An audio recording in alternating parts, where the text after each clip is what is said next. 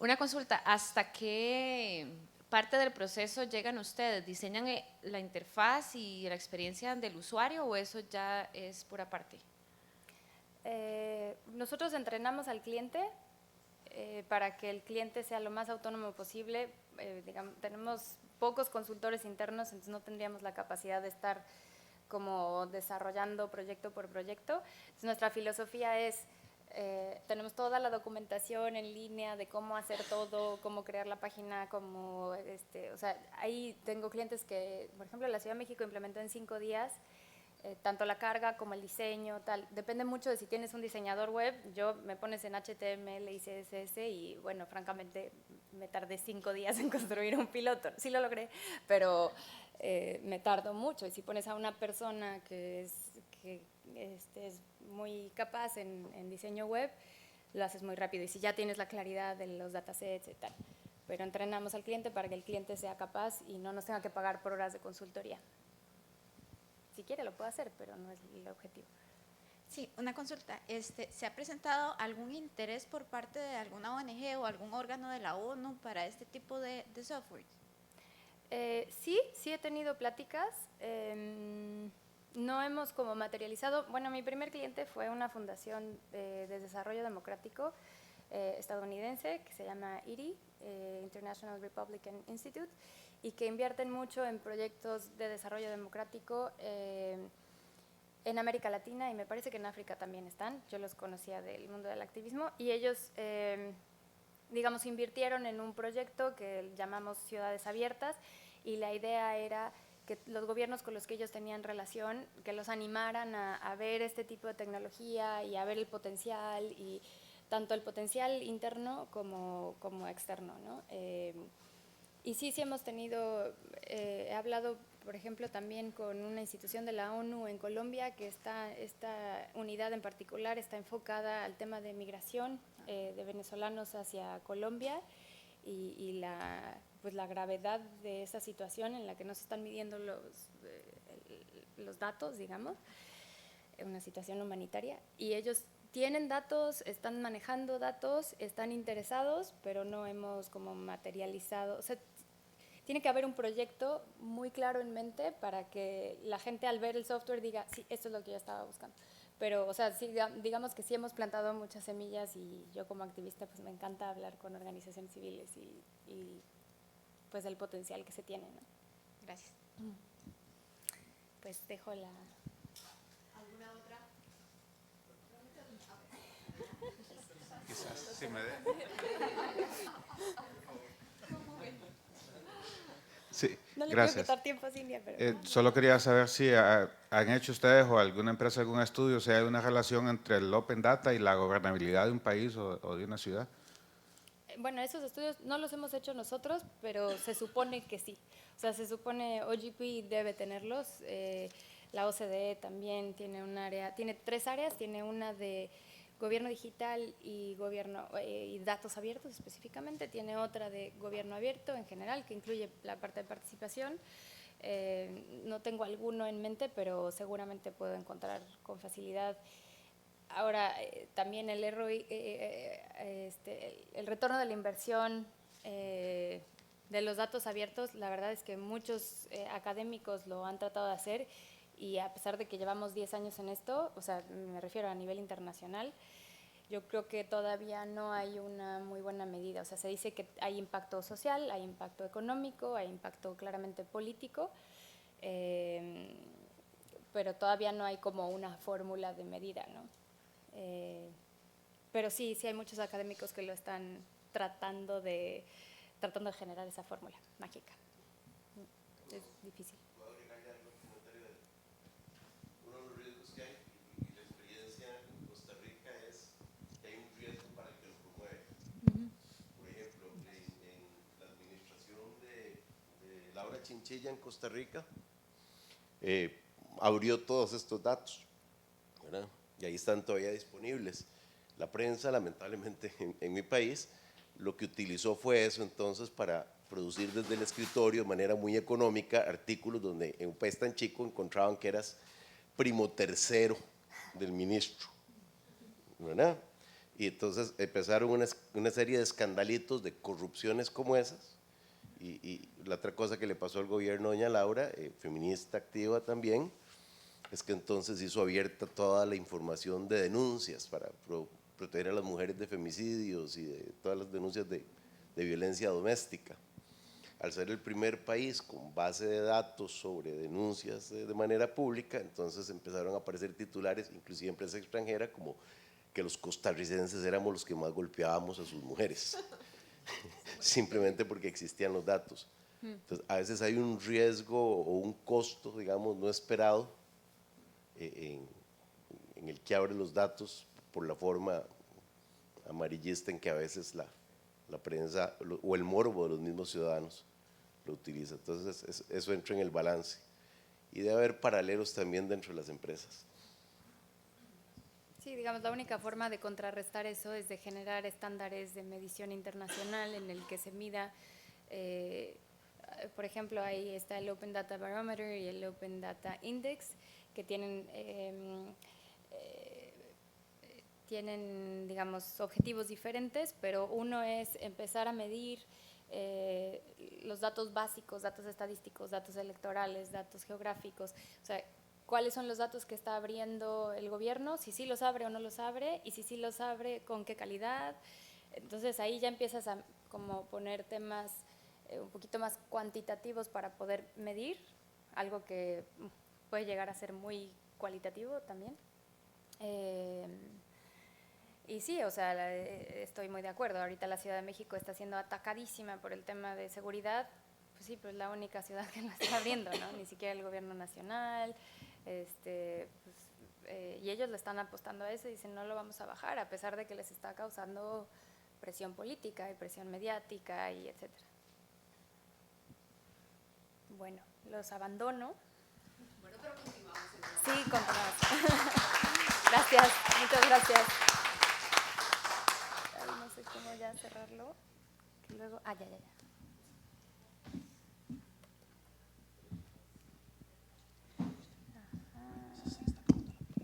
Bueno, si quieres luego la sacamos. ¿Vas a poner una? No, yo no tengo presentación. De verdad, si gustan intervenir, para eso está el micrófono. Muchas gracias, adelante. Gracias, Geraldina. Hola, yo no traigo presentación porque yo no tengo una plataforma como mis compañeros, pero yo vengo a platicarles un poco de, bueno, desde el punto de vista de un data scientist, cómo pasa todo, ¿no? Entonces, para empezar, siempre me gusta hacer esta pregunta. ¿Quiénes de ustedes han usado un horno de microondas? Yo también. ¿Quiénes de ustedes saben cómo funciona un horno de microondas? ¿Cómo funciona? ¿Cómo es que calienta el horno de microondas? Exactamente, vimos la estadística, que solo unos pocos, exactamente eso pasa con el machine learning, que pues todos lo usan, bueno, actualmente está muy a la moda, mucha gente habla sobre todo de machine learning, pero realmente muy pocos saben qué es lo que está pasando detrás. De entrada, ¿qué es el machine learning? El machine learning es parte de la inteligencia artificial. Este término de inteligencia artificial nació en los años 60, con el objetivo de crear una computadora que pensara igual que el hombre. Era un objetivo obviamente muy amplio, pero bueno, poco a poco le fueron bajando, fuimos siendo más humildes y ya ahorita ya solo la inteligencia artificial, digamos que copia algunas decisiones de los humanos. Dentro de la inteligencia artificial, una de estas técnicas es el machine learning y dentro del machine learning, una de sus técnicas es deep learning. De esta manera ya tienen más o menos el esquema de qué es lo que pasa. El machine learning, ¿qué es lo que utiliza para crear esta inteligencia? Utiliza datos. Y entonces, ¿por qué está de moda ahorita? Porque en el 2007 nació la tecnología que nos ayudaba a manejar grandes cantidades de datos. Yo creo que ustedes han escuchado Hadoop. Gracias al nacimiento de Hadoop, Big Data, y gracias a Big Data podemos hacer Machine Learning. Es en ese momento que nace, a algunos les gusta hablar de eso como el paradigma de programación. ¿Qué es el paradigma de programación? Nosotros, también como humanos, ¿de qué manera enseñamos o aprendemos? Enseñamos o aprendemos, ya sea dando instrucciones, por ejemplo, con los hijos, ya sea dando instrucciones o dando el ejemplo. Antes de utilizar Big Data, se programaba dando instrucciones, es decir, todo se tenía que codificar y todas esas órdenes se tenían que dar a la computadora.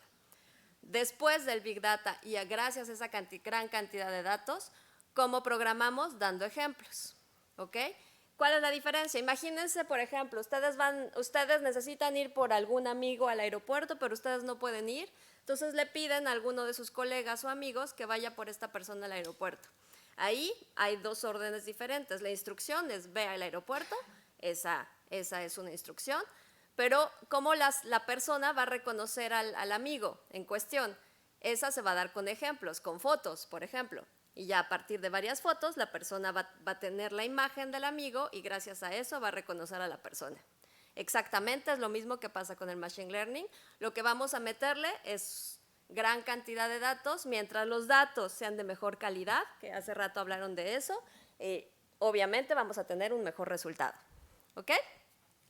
Ahora, yo vengo más bien a diferencia de José Alonso, yo vengo más bien del área de matemáticas, yo estudié actuaría de inicio y al principio de mi trabajo era crear modelos, es decir, dar instrucciones a la computadora, crear modelos y a partir de esos modelos una persona tomaba las decisiones. Poco a poco fue cambiando la tecnología y poco a poco mi trabajo se transformó en la creación de estos modelos a enseñarle a la máquina a que la máquina misma tomara decisiones. Por el destino, etcétera, etcétera, terminé en Francia. Fue chistoso mi llegada en Francia porque como ya había trabajado en México y en Estados Unidos, ya existía la profesión de Data Scientist y al llegar aquí a Francia, extranjera y con una profesión que no existe, no, eso no es posible. Entonces tuve que como que pedalearle muy fuerte para decirle sí existe y empezar, y por qué no, fundar una empresa. A partir de la empresa crear proyectos de datos. La empresa empezó como una consultoría de ciencia de datos y el traspaso de consultoría de ciencia de datos a desarrollo de software, porque lo que queríamos era crear una plataforma, no se hizo de manera financiera, entonces por desgracia la empresa cerró. Pero lo que a mí me quedó claro es que, y por varias cuestiones que he visto, por ejemplo, a Ángeles y yo nos conocemos porque trabajamos en muchos proyectos juntas, es esta cuestión de que la técnica todavía está muy alejada de la aplicación y que hay muchísimas necesidades de los dos lados para que estos dos mundos se unan. Entonces, mi proyecto personal ya lo quiero llevar más hacia el lado de entrada ya tengo como los suficientes conocimientos para poder llevar a cabo un proyecto de datos desde una perspectiva, ahora le están llamando en Google, por ejemplo, Decision Intelligence, es decir, que es como una ciencia de datos plus, que ya un científico de datos es capaz de monetizar también todo como va desde el principio hasta el fin. Por ejemplo, simplemente el elegir una plataforma u otra, si va a ser open source o no, que la plataforma sea intercambiable, por ejemplo, eso es súper importante. Ahora ya está el certificado, por fortuna, en la Unión Europea. Todavía en Latinoamérica no se utiliza mucho de fireware, que es decir, que tú puedes poner una tecnología en alguna parte de tu arquitectura, pero de la misma manera que la pones, la puedes sacar y la puedes cambiar por otra y no va a pasar nada en lo demás. Obviamente, empresas grandes como IBM, pues eso no van a ser intercambiables, porque es parte de su modelo de negocio. Otra de las cosas en las que he estado trabajando mucho es en la protección de datos personales, en la seguridad de las plataformas, en la transparencia de los algoritmos y en el costo energético y de recursos naturales. Esos son los 4 fundamentos de lo que, como científicos de datos, para mí es súper importante que tenemos que verificar. ¿Por qué? Porque a pesar de que las legislaciones llegan, ahorita la zona europea fue la primera en preocuparse por la protección de datos personales, definitivamente siempre van a estar atrás de la tecnología. Y entonces es solo con tecnología que vamos a poder proteger los datos personales de las personas, y solo es con tecnología que vamos a poder crear un espacio de ciberseguridad. Imagínense, si hay un ataque terrorista y que logran hackear un Smart Cities, ¿qué es lo que podría pasar? Entonces, obviamente, solo es con cibertecnología, con tecnología. Y por otro lado, la protección de nuestro planeta, finalmente. ¿Vale la pena crear tantos sensores? ¿Cuál es el costo-beneficio de todo eso? Pero poniéndole un costo, no solamente como ideas hippies por un lado, no, poniéndole un costo-beneficio de lo que estoy creando, cuál es realmente lo que gano, incluyendo tantos sensores en Smart Cities, por ejemplo. Entonces, ese es como el rango de lo que yo he estado trabajando en estos últimos, sobre todo en este último año. Actualmente trabajo para Naciones Unidas, por ahí alguien había hecho una pregunta de Naciones Unidas, en la región de Eurasia. Es una región un poco complicada porque son países en general que tienen guerras, entonces ahí hay un challenge técnico muy, muy fuerte. Y también trabajo para la zona de Latinoamérica para proyectos sociales, pero ahí es completamente otra visión. Por otro lado, quería platicarles como qué tipos de proyectos, por ejemplo, en Smart Cities. En Smart Cities, y cómo es difícil, si creamos un proyecto de Smart Cities en una ciudad, cómo es difícil exportarlo a otras ciudades. A veces no es un copy-paste, definitivamente necesitamos miles de cosas, necesitamos realmente encontrar el objetivo y verificar todos los parámetros. Aquí en Rennes, un contexto, yo creo que ustedes no conocen Rennes, es una ciudad chica, muy, muy chica, a comparación de las ciudades latinoamericanas, que está a 1 hora y cuarto de París, al oeste.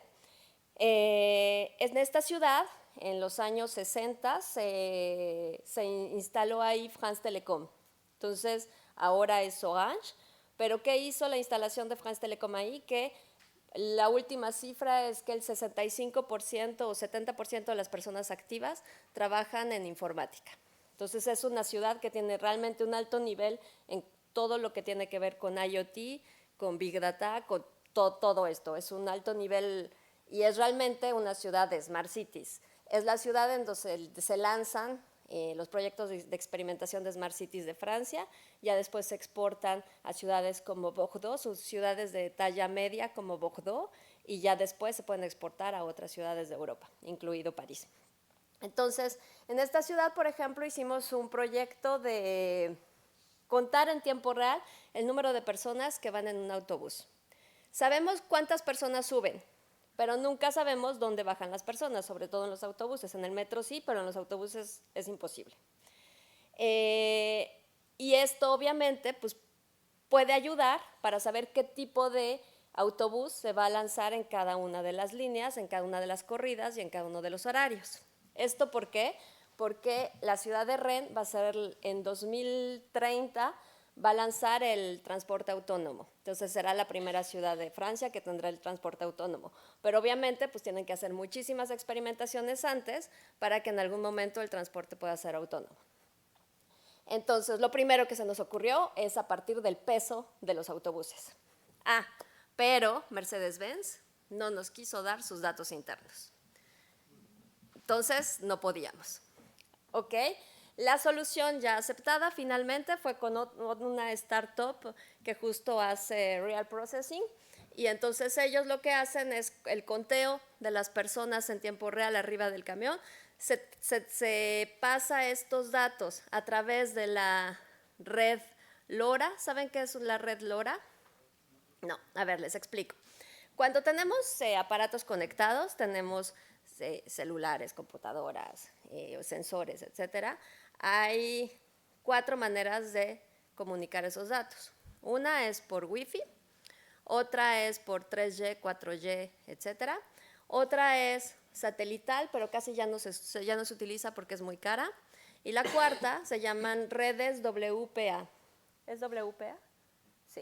Sí, WPA, que no sé qué significa. Bueno, tú tampoco, ok. Estas redes WPA, ¿qué es lo que hacen? Es como un wifi de baja intensidad, es decir, podemos pasar datos, pero muy poquitos. Lo que hacen este tipo de redes que pone antenas, estas antenas son privadas, es decir, un gobierno puede instalar todas sus antenas, pero los datos va a pasar muy poca cantidad de datos. Entonces, realmente, si una ciudad como REN instaló una red WPA, todos los proyectos de experimentación se tienen que poner de acuerdo entre ellos y hay algoritmos de ciencia de datos para que se pase la menor cantidad de datos y que todos los proyectos puedan llevarse a cabo. Por ejemplo, hay como un formulario que tienes que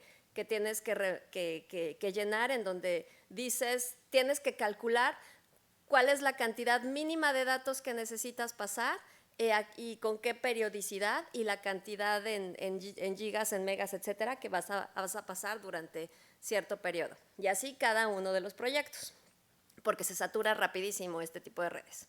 Hay 2 empresas, las 2 empresas son francesas, yo creo. Una se llama Wi6 Lab y la otra se llama Sigfox. En Latinoamérica, la que más tiene mercado se llama Sigfox. Y, por ejemplo, telecomunicaciones, casi todas las empresas de telecomunicaciones ya tienen su propia red WPA gracias a las antenas de Sigfox. Entonces, lo que hicimos fue que gracias a esta startup que medía que contaba el número de personas en procesamiento real, el único dato que pasaba era el número de personas al final de cada estación, es decir, entre los trayectos, porque de todas formas, si un camión ya estaba avanzando, ya nos iba a parar hasta la siguiente estación. Entonces, no tenía caso que que subiera información a cada rato.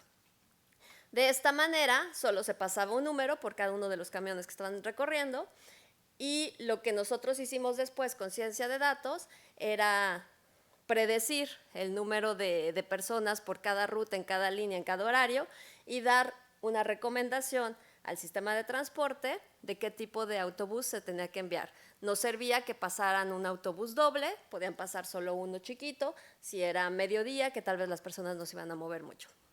El proyecto funcionó maravilloso durante 6 meses y ya fue uno de los proyectos aceptados. En México, en la Ciudad de México, lanzaron un llamado también para innovar, exactamente con la misma problemática. Y entonces, pero los datos, ¿cómo los iban a dar? Iban a entregar los datos cada semana del número de personas que se subían al camión, pero además en México ni siquiera hay paradas reglamentarias. Entonces, iban a ser datos que de entrada ni siquiera sabíamos qué tipo de datos iba a haber.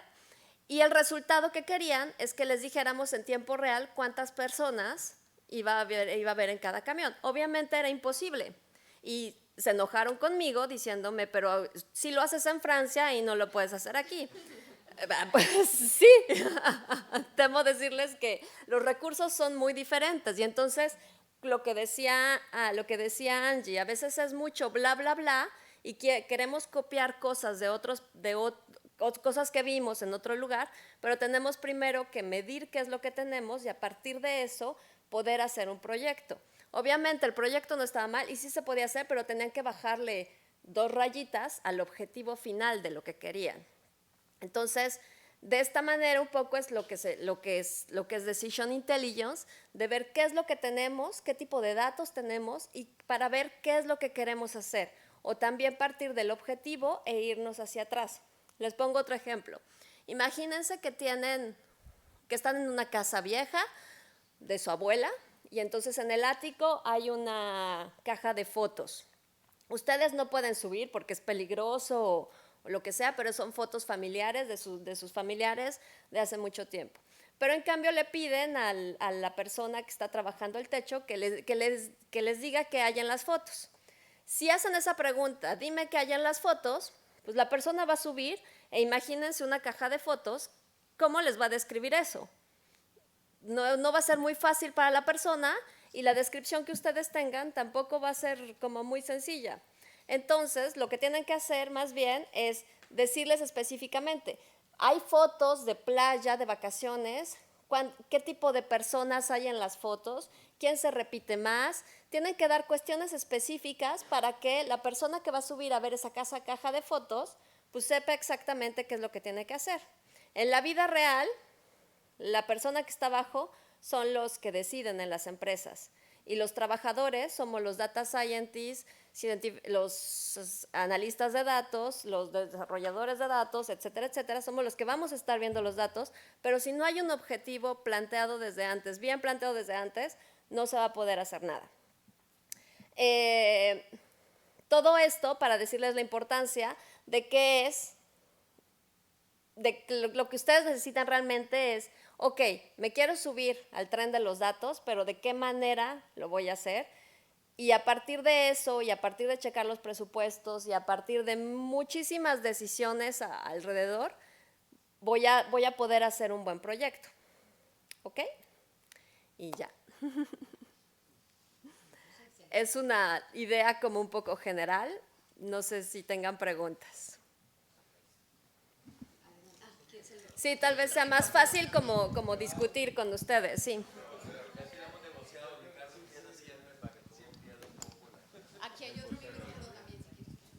Bueno, buenos días. Sabemos que esto de Machine Learning funciona mejor con Big Data y mayor volumen de información. ¿Qué experiencia han tenido y qué tan eficiente es esta misma metodología, pero ya pensando más en Small Data, en datasets de menor volumen? Mira, va a haber usos de caso. Por ejemplo, cuando trabajé en cuestiones de genética, ahí a veces, o ensayos clínicos, solo tienes Small Data. Y a partir de ese Small Data tienes que crear también. Ya algo que es interesante con toda esta revolución de datos que hay, es que se están uniendo profesiones que antes estaban completamente alejadas. Y entonces, por ejemplo, los farmacólogos y estadistas de ensayos clínicos, que ya tienen modelos súper avanzados matemáticamente, pues nunca habían hecho nada como de ciencias de la computación. Y ahora ya poco a poco empiezas a ver más y más literatura con respecto a modelización. Ese es uno de los buenos ejemplos que realmente es Small Data y que están creando muchas cosas que son súper interesantes. No necesariamente necesitas Big Data, eso sí es que quede súper claro. Hay sectores, por ejemplo, telecomunicaciones, banco, son de los pocos sectores que realmente tienen Big Data, y web, obviamente, ¿no? Pero fuera de esos, la verdad es que no hay tantos sectores que tengan Big Data. Bueno, ahora que nos contabas de tu experiencia, que llegaste aquí a Francia, que no se conocía mucho de los data scientists y todo eso, cosas que hemos estado estudiando es cómo construir un equipo de científicos de datos en una empresa que nunca ha tenido. Basada en tu experiencia acá, ¿cómo fue que hiciste? Primero, para venderte vos y persuadir a los de las empresas en que creyeran en un científico de datos, primer paso. Y segundo paso, construir tu propio equipo de científicos. ¿Cómo fue esa experiencia? Mira, en particular aquí en Francia es un lugar especial con respecto a todo lo que es ingeniería y matemáticas, porque tienen un alto nivel de matemáticas y de ingeniería. Entonces, cualquier escuela fuera de Francia de matemáticas e ingeniería, no, es como si no existiera, pues, ¿no?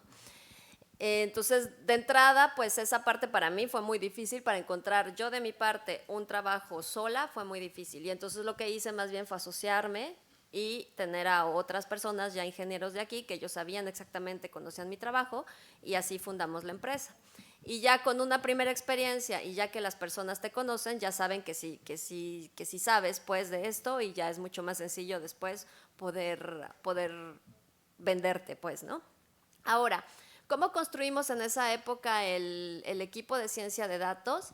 De entrada fueron candidaturas espontáneas. Teníamos 3 científicos de datos y un geomático. ¿Saben qué son los geomáticos? No. Es la unión, también es de las nuevas profesiones, es la unión entre geografía e informática. Es decir, antes los geógrafos pues solo dibujaban mapas, pero pues obviamente en la era digital pues tienen que saber mucha programación también, ¿no? Entonces eso es la geomática, que está de la mano completamente con todo lo que es ciencia de datos, cartografía. No, un científico de datos podría hacerlo, pero a veces está bien llamar a geomáticos que pues tienen como muchísima más habilidad en esto de la geografía. Claro que obviamente encontrar un geomático no es muy sencillo, porque no hay en todas partes, y son muy escasos también. Entonces, el equipo al final éramos 4 científicos de datos y un geomático. Uno de los científicos de datos era actuario que trabajaba en Londres y quería regresar a Francia y empezar una carrera de científico de datos. Entonces, a él lo formamos o se formó a través de MOOCs, toda la parte sobre todo técnica, y las dudas que tenía iba directamente con los desarrolladores para formarse con respecto a eso. Finalmente, la ciencia de datos es algo que definitivamente tienes que tener el background matemático. Ese es, yo creo que es el peso más grande. Y la parte de la tecnología yo lo veo siempre, por ejemplo, como los plomeros. Un plomero, el conocimiento lo sabe y solo lleva su caja de herramientas y pone una u otra, pero el conocimiento ya lo tiene. Y para mí la ciencia de datos es un poco eso, el conocimiento ya lo tienes y solo llevas tu caja de herramientas de saber manejar un lenguaje de programación, una plataforma, etcétera, etcétera. Entonces, este científico de datos era actuario, entonces el bagaje de probabilidad estadística ya lo tenía, solo le faltaba la parte técnica, se formó en MOOCs y las dudas con nuestros desarrolladores. Y los otros 2 ya eran más jóvenes y entonces ya habían tomado una formación en alguna de las escuelas de aquí de Francia de ciencia de datos, y el geomático ya había tomado su formación en geomática. Entonces, así fue como lo creamos. Pero también es muy necesario un equipo de desarrollo. Tienen que ser ingenieros de datos. El equipo de desarrollo es súper importante con un DevOps, un desarrollador operacional, que es el que va a crear toda esta infraestructura y que es el que va a tener al día a los científicos de datos para que ellos puedan realizar de manera innovadora, segura, etcétera, etcétera, toda su algoritmia. Los DevOps realmente son súper necesarios y los ingenieros de datos. Yo quería saber un poco tu experiencia en consultorías pequeñas, digamos. Básicamente es, ¿qué empezás a hacer? Llegas a una empresa, ok, en el mejor de los casos te plantean una pregunta para responder, un problema que tienes que solucionar. En el peor de los casos, alguien te dice, ¿qué podemos hacer? ¿No? Entonces me gustaría saber ya algo más en tu experiencia, cuáles son tus pasos, cuál es lo que empiezas a hacer, lo que empiezas a ver, eso me interesaría. Mira, como todo esto es de prueba y error, ya en la experiencia de los últimos 10 años que he tenido, yo no empiezo ningún proyecto si no hay un roadmap de casos de uso.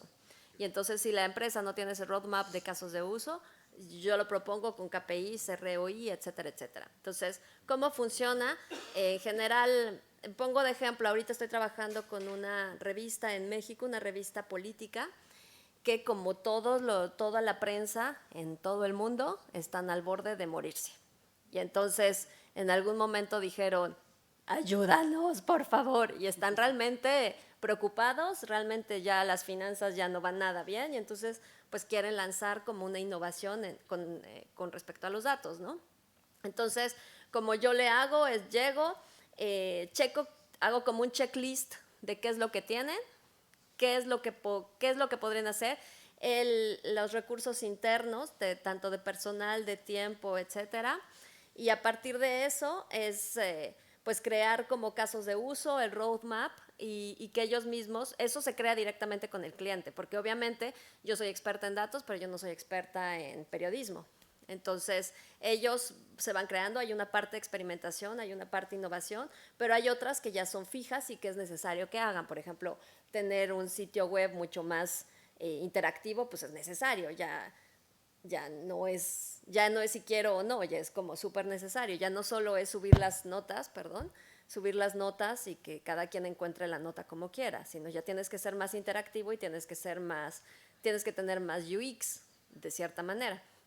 Y entonces les termino haciendo todo este estudio y ellos deciden por dónde empezar. Hay, por ejemplo, casos de uso que se pueden empezar de manera independiente y entonces a lo mejor deciden empezar por esos, pero hay otros que a lo mejor hay uno de esos casos de uso que les puede dar mucho más dinero, pero para poder llegar a este caso de uso necesitan hacer 3 otros más.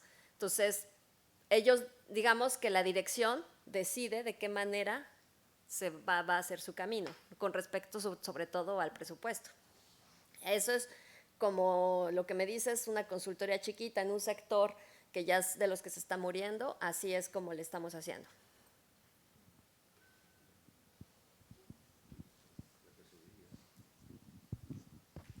Hola, buenos días.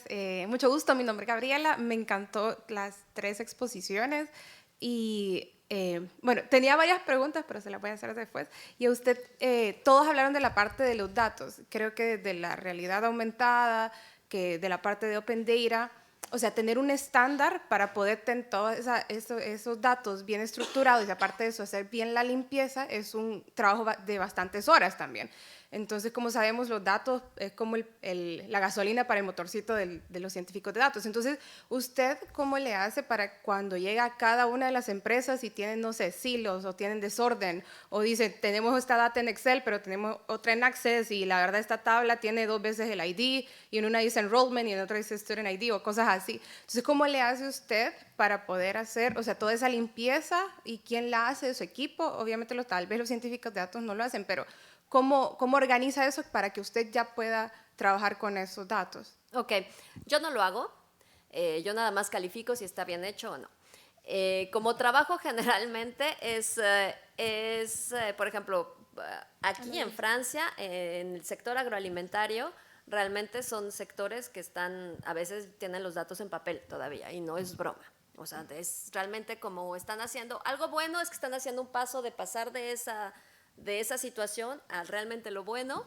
Algo malo es que es mucho trabajo antes de poder meter inteligencia. En realidad tienen que ser conscientes, hay 3 pasos de complejidad en esto de Machine Learning. El primer paso es lo que se llama BI, que todos conocen.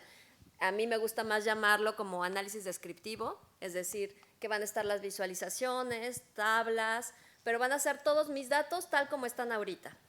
El siguiente paso va a ser la predicción, es decir, cómo van a estar mis datos de aquí a un cierto periodo de tiempo, dependiendo el sector en el que estoy. Y el tercer paso ya es la recomendación, que es el Machine Learning, que ya la máquina me va a decir algo con respecto a esos datos. O sea, mis datos predichos, qué es la decisión que se va a tomar con respecto a esos datos de predicción. Entonces, si no tenemos el estado actual de los datos actual, yo no puedo hacer nada. Yo parto de ahí. Ahora, de la manera como se hace es, a veces las personas, depende de la decisión de la empresa, del recurso, a veces ellos quieren hacerlo en interno y entonces tienen que formar a sus equipos, si tienen ya desarrolladores, pero tal vez no son desarrolladores de datos, pues los tienen que formar en todas estas nuevas tecnologías para que creen como unas buenas bases de datos, y si no quieren hacer eso, pues hay muchas consultorías externas que solo se dedican a IT. Sobre todo en Latinoamérica, yo trabajo en cada país, yo tengo como mis partners y que sé que háblenles o algo y ellos vienen y me hacen como toda la tubería y ya cuando yo llego ya está todo lindo para poder salir adelante. Pero yo esa parte definitivamente yo no la hago. ¿Y por eso se paga bastante? ¿Por la parte En Latinoamérica no, en Francia sí. En Latinoamérica son costos reducidos, muy reducidos con respecto a Francia. Entonces, porque, por ejemplo, la ciencia de datos tiene el mismo costo en Latinoamérica y en Francia, pero en cambio el IT, en esta parte de creación y desarrollo de datos, es mucho más barato en Latinoamérica que en Francia.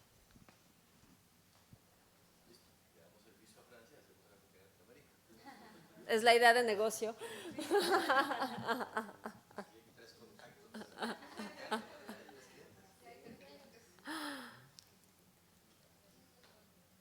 ¿No hay otra pregunta? No. Ok.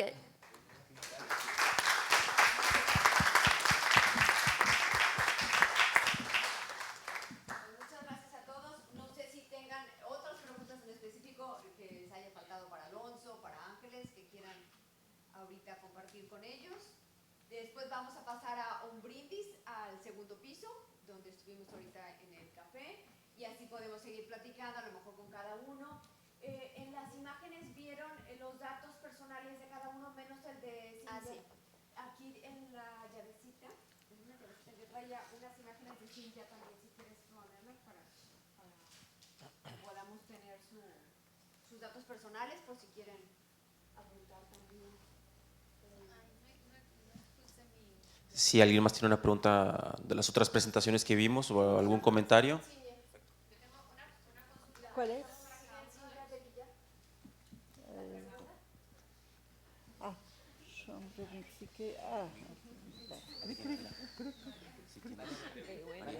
Si tienes alguna pregunta, nada más recuérdale para quién. Y su semblanza.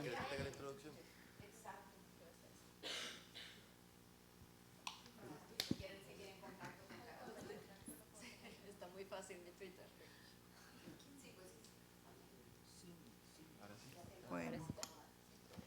¿Cuáles son los retos que cada uno está visualizando para los próximos 5 años? ¿Retos personales? ¿Profesionales? Profesionales. Sí, por profesionales de cada uno. De mi parte es la divulgación de la transparencia de los algoritmos de Machine Learning. Por mi parte, sigo con lo de la inteligencia artificial para el 3D Sensing Real Time, segmentación de personas, de clasificación de objetos para ser más inteligente, Smart Home, Smart Buildings y todo. De mi lado, gracias.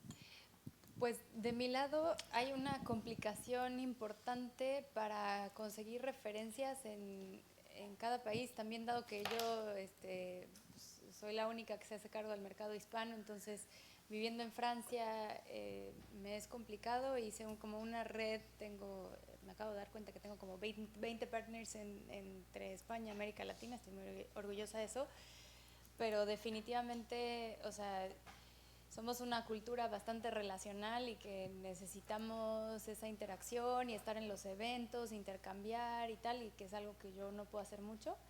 Pero bueno, vamos ganando referencias poco a poco. La empresa, como tiene muchas referencias en Francia, el mercado, y aparte de todo hay como un ecosistema tanto regulatorio como inclusive de innovación generalizado, que digamos es un caldo de cultivo mucho más fácil para que las empresas y los gobiernos no se lo pregunten 2 veces. Aparte de todo, pues es que si el vecino lo está haciendo, pues a ti te da como, ¿no? Y pues en nuestros países es algo muy nuevo.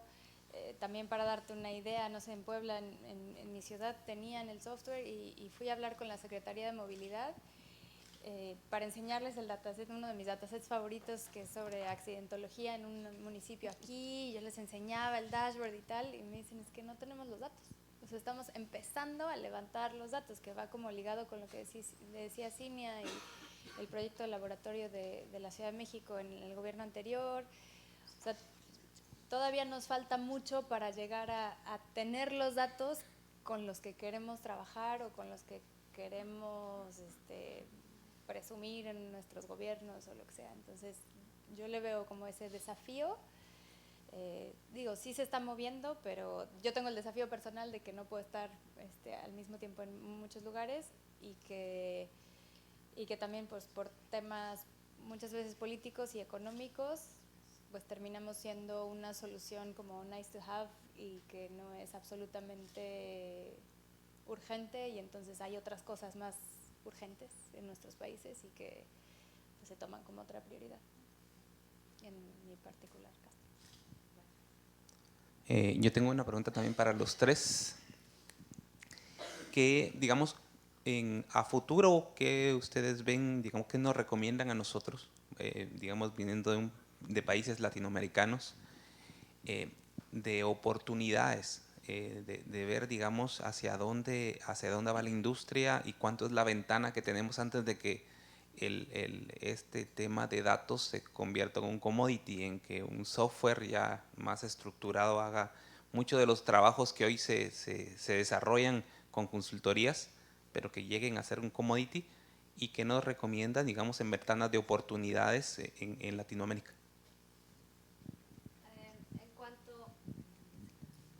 En cuanto a oportunidades de negocio, hay muchísimas, porque todos los sectores tienen que entrarle a esto de los datos. Entonces, el mejor consejo es que en el sector que tú estés, hagas un estado del arte, que cheques qué es lo que existe ya, qué es lo que mejoraría, porque al final todo lo que hacen los data products que llaman de inteligencia artificial, lo único que hacen es como copiar las tareas repetitivas que existen en los procesos. Entonces, que si tú eres especialista en un sector, por ejemplo, en un sector médico, que veas como todos los procesos que existen y en cuál podrías como innovar, en cuál podrías crear soluciones. Otra cosa importante es tal vez que te quedes con los datos, excepto en cuestiones de real processing, pero que no des datos a otras soluciones, porque si no estás enriqueciendo a los otros y tú no te estás enriqueciendo. Otra cosa importante es creer que existen las competencias en América Latina. Muchas veces creemos que nada más los americanos o los europeos pueden crear cosas, y la verdad es que no. Muchas veces ves a los ingenieros americanos y a veces ni sumar saben. Y son ellos los que programan, los que están creando Google y todo, y el nivel que tenemos en América Latina a veces es no subestimamos, perdón. Hay mucho talento, entonces. Sí, hay mucho talento y muchos jóvenes también. En América Latina hay muchos jóvenes, hay universidades gratuitas en América Latina, universidades accesibles, y el nivel de formación no es malo. En cambio, en Estados Unidos, sobre todo, la gente no puede educarse ni curarse, porque la salud y la educación son muy caras. Entonces hay que aprovechar eso de América Latina y dejar de decir, como es la universidad pública, no son de buena calidad. No, hay que al contrario decir, ok, son de universidad pública, son capaces de producir, y muchas veces ingenieros americanos o latinos que viven en Europa o en Estados Unidos crean empresas y crean outsourcing en América Latina, y siendo que la competencia está en América Latina. Entonces hay que dejar de creer eso y creer que podemos crear cosas en América Latina. Perfecto. Y mi recomendación sería que en cualquier ámbito, específicamente yo que veo la parte de gobierno, smart cities, etcétera, siempre tratar de enfocarse en un problema a resolver. Porque tú puedes sacar un portal, como siempre les digo a los prospectos a los que veo, mire, yo le estoy vendiendo el Boeing 787, o ya no sé cuál es el último. Yo estoy absolutamente convencida de que esta es una excelente solución y de las dos mejores en el mercado. Pero si usted no prepara sus datos, no sube datos de calidad, no anima el ecosistema, pues el avión se va a quedar ahí estacionado, que fue lo que le pasó a la solución con Puebla, con mi ciudad, desgraciadamente, y que lo dejaron por temas políticos. Pero cuando tú te imaginas así de, bueno, quiero resolver el problema en la seguridad pública, o en el caso de la Ciudad de México ahorita que lo están enfocando mucho a seguridad, a movilidad, a lo del atlas de riesgo, como que, o sea, ¿qué problema quiero resolver a través, en mi caso, ¿no?, de esta solución? Y no nada más pensar que con el simple uso de una buena tecnología es suficiente, sino ver todo lo que hay alrededor. Y yo concuerdo con Cinia que hay muchísima oportunidad de negocio y que nos podemos beneficiar, o sea, como región nos podemos beneficiar de los avances que ya ha habido de este lado, y que muchas veces los europeos pues es que no entienden, o sea, cuando les contábamos, es que en México no hay paradas de autobús, ¿no? ¿Cómo te explico eso? O sea, hay muchas cosas culturales que nosotros podemos hacer ese puente entre la tecnología y como lo que se le dice en inglés como situational awareness, ¿no? O sea, que yo conozco el terreno, sé lo que pasa, sé que no hay paradas. Entonces, creo que hay muchísima oportunidad, y que sobre todo pues esto puede tener un impacto social muy fuerte, ¿no? Si nos ponemos las pilas, pues todos desde donde nos toca. Quisiera hablar del ejemplo en el que trabajamos juntas. Cuando fue el sismo en la Ciudad de México, por azares del destino terminamos Angie y yo en un grupo de personas como obviamente en Latinoamérica es muy fácil de hacer grupos de personas que se dedican a ciertas cosas. Y entonces Ángeles y yo trabajamos seguido aquí y entonces trabajamos seguido en México y estamos como en ciertos grupos. De repente nos encontramos las dos en un grupo de WhatsApp. Ángeles había estado desde antes, gracias a Open Data Soft. Se empezaron a reunir los datos de dónde había necesidad de este edificio se cayó, este edificio está por caerse, etcétera, etcétera. Pero Open Data Soft abrió su... bueno.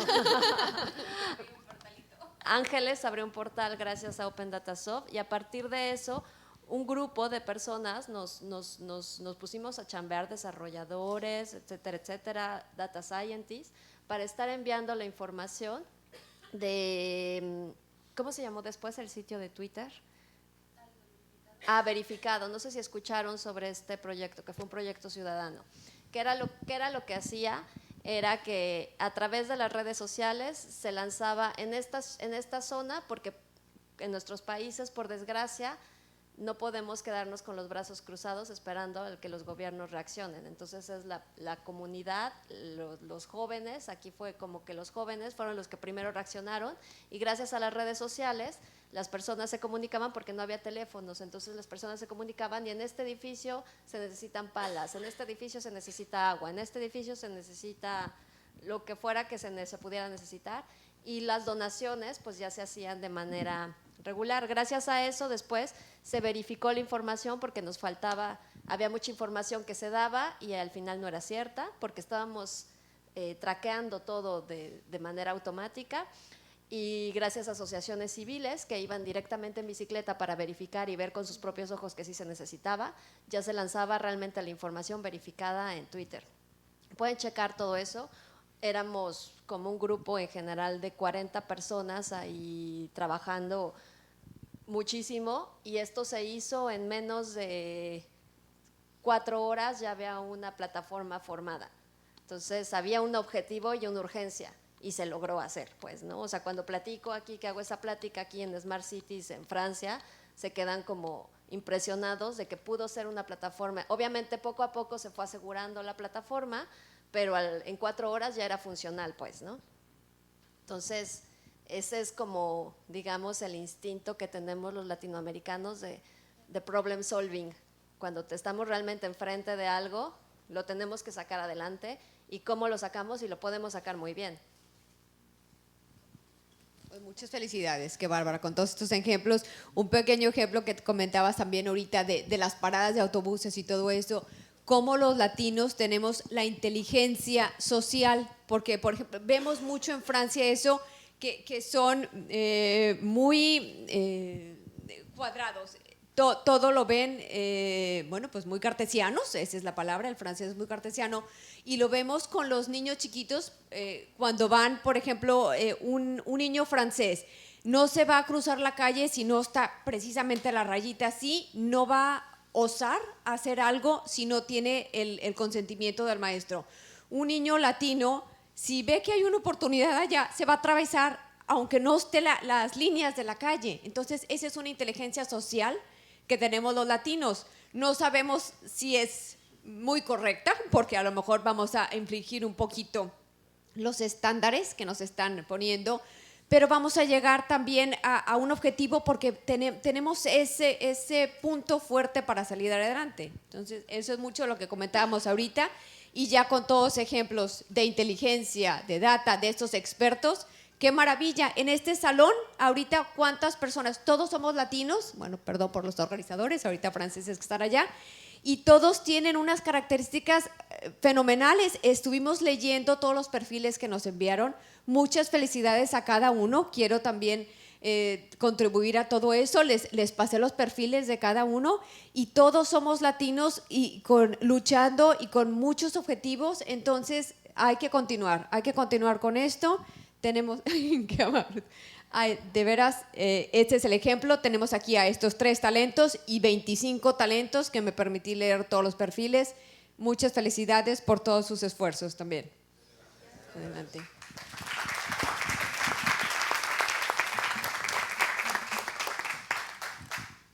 nos esperan a un brindis arriba y también va a haber una foto de grupo. Me encantaría también tomarnos una foto con ustedes, si lo permiten. Sí, una foto más puede. Sí, pero no dijiste que Ah, sí, sí. Una foto. Ah, claro, sí. Espérame.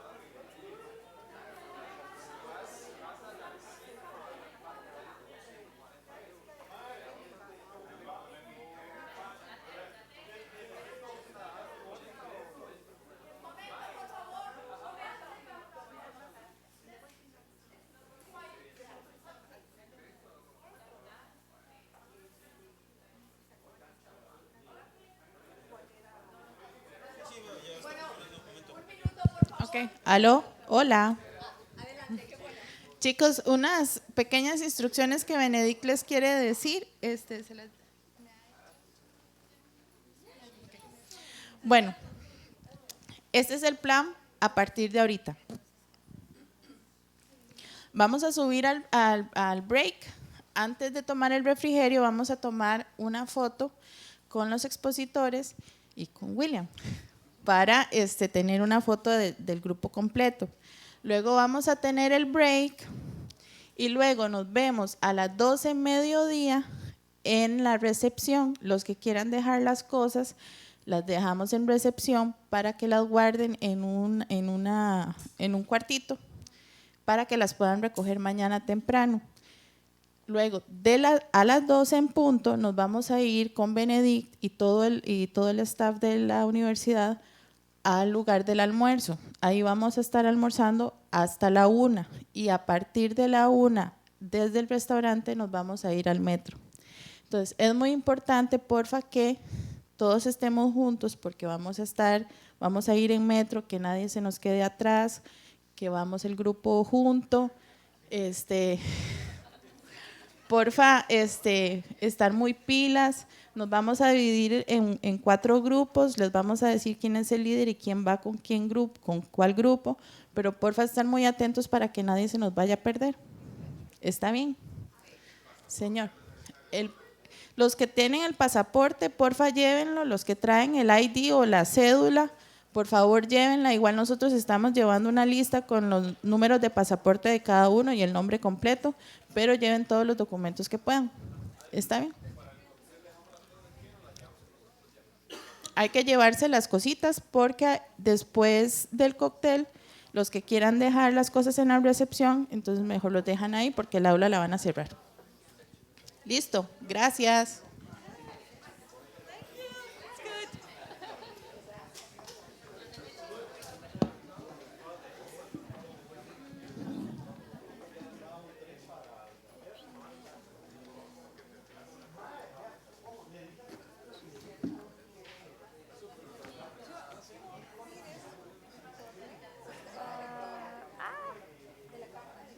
No sé cómo. No, ese es la mía. Sí, es que voy a sacar el mío. No, es aquí. Aquí, mira. Así. Ahorita Alex, sí, ya me un poquito. Perfecto. Es que hace mucho que no uso PCs y se me